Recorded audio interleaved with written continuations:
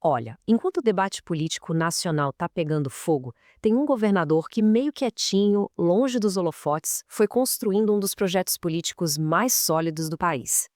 Mas como ele fez isso? Hoje a gente vai desvendar a trajetória do Romeu Zema. Então, a grande pergunta que fica é essa, né? Como um empresário, alguém que nunca tinha pisado na política, conseguiu pegar um estado que estava literalmente quebrado e transformar num caso de estudo de gestão? E mais, o que essa história toda pode dizer sobre o futuro do Brasil? Mas calma, para a gente entender a subida do Zema, primeiro a gente precisa ter uma noção do tamanho do buraco em que ele se meteu. Vamos voltar um pouquinho no tempo para Minas Gerais de antes da eleição dele. Em 2018, Minas Gerais estava, sem exagero, no fundo do poço. As análises apontam que isso foi o resultado de décadas de um populismo que, na prática, significava prometer o que não podia cumprir e gastar o que não tinha. A máquina pública estava completamente travada.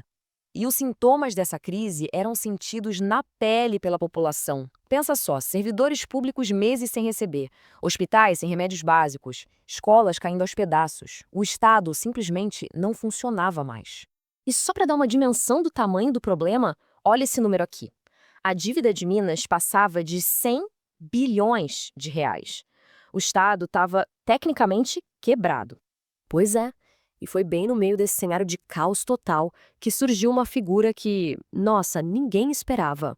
Vamos ver como esse outsider conseguiu chegar ao poder. Então, quem era essa pessoa?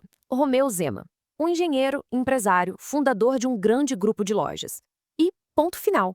Nenhum cargo público no currículo, nenhum padrinho político importante. Ele era o exato oposto do político tradicional. Agora, o que é bem interessante aqui é o contraste. De um lado, a política tradicional, baseada em populismo e promessas gigantes. Do outro, a mensagem do Zema, que era o oposto disso: menos Estado, mais eficiência e, o principal, populismo zero. Era um discurso quase estranho para a política da época. E essa frase aqui, ela resume basicamente tudo. Sem prometer milagre, sabe? A mensagem era muito direta. Precisamos arrumar casa. E essa ideia, por incrível que pareça, se conectou com um eleitorado que estava de saco cheio de promessa vazia. Era a ideia radical de ter gestão responsável. Ok, ele foi eleito. E aí? Aí que ele precisou agir, e agir rápido. O que veio depois foi uma série de medidas bem duras, um verdadeiro tratamento de choque para tentar salvar o Estado. O primeiro desafio era gigantesco. Zema assumiu o governo com 13 folhas de pagamento do funcionalismo em atraso. 13. Penso que é isso para professores, policiais, médicos, mais de um ano sem receber o salário em dia. A situação era insustentável. E a solução, claro, não foi nada popular. Ele congelou concursos, cortou aqueles famosos cabides de emprego, renegociou todos os contratos e passou a tesoura em tudo que era considerado gasto desnecessário. A reação foi imediata, uma resistência enorme de sindicatos e da oposição. Só que o foco ali não era ser popular, né? Era fazer o Estado voltar a ser viável. E o resultado, teimoso como ele é, apareceu. Em poucos meses, todos os salários atrasados estavam em dia. O Estado voltou a ter alguma previsibilidade. Não foi bonito, não foi fácil, mas funcionou. Essas ações iniciais, bem duras, acabaram abrindo caminho para uma transformação mais profunda, que conectou a recuperação das contas públicas com o sucesso político dele lá na frente. E esse gráfico aqui talvez mostre o feito mais impressionante. Minas Gerais saiu de um rombo de bilhões para fechar as contas no azul pela primeira vez em décadas. E o detalhe mais importante, sem aumentar impostos, foi a transformação de déficit em superávit na prática. Uma parte fundamental dessa virada veio das privatizações e concessões. A lógica não era ideológica, sabe? Era puramente de eficiência. A concessão de rodovias, por exemplo, não só gerou receita, como os dados mostram que melhorou a segurança e reduziu acidentes. O foco era simplesmente fazer o serviço funcionar melhor. E qual foi o resultado político de tudo isso? Em 2022, mesmo depois de tomar medidas tão duras, Zema foi reeleito no primeiro turno com 56% dos votos. Uma vitória, assim, de lavada, mostrando que, no fim das contas, a gestão pragmática acabou sendo reconhecida nas urnas. Bom, com a casa arrumada em Minas, as análises agora começam a olhar para o futuro, né?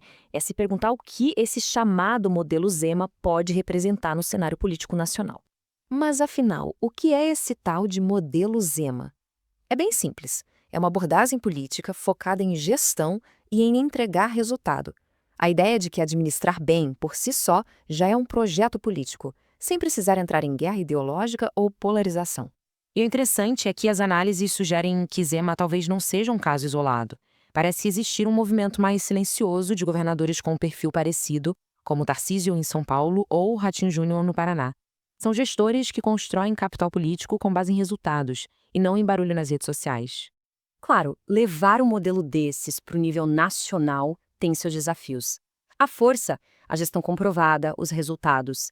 A fraqueza, talvez a falta daquele carisma explosivo, uma comunicação mais técnica, que pode ser vista como fria para a política brasileira, que muitas vezes é movida pela emoção. E tudo isso nos leva à pergunta final. Depois de tudo que a gente viu, a questão que fica é: o Brasil estaria pronto para priorizar uma administração competente no lugar de promessas populistas? Se a disputa política do futuro for entre gestão e narrativa, a trajetória do Zema em Minas Gerais mostra que um novo caminho é no mínimo possível.